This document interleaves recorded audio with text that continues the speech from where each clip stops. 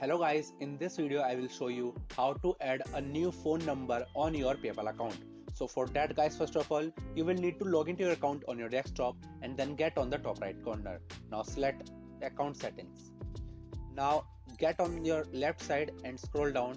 Now select account owner information and scroll down. Then you guys can see this option right here called phone. Then select its update button. And right here you guys can see this option right here called add new. Now select on this. Now first of all you guys will need to select phone type.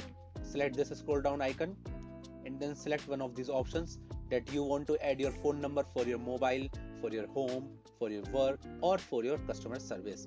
After selecting one of them, you just need to select your country codes and then you just need to enter your phone number right here.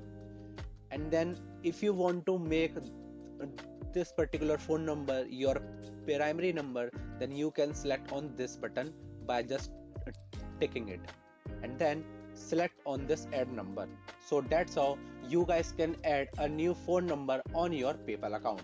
So that's it for the video guys. If you find this video helpful, then make sure to share this video with your family and friends, and also subscribe to our channel for more such content.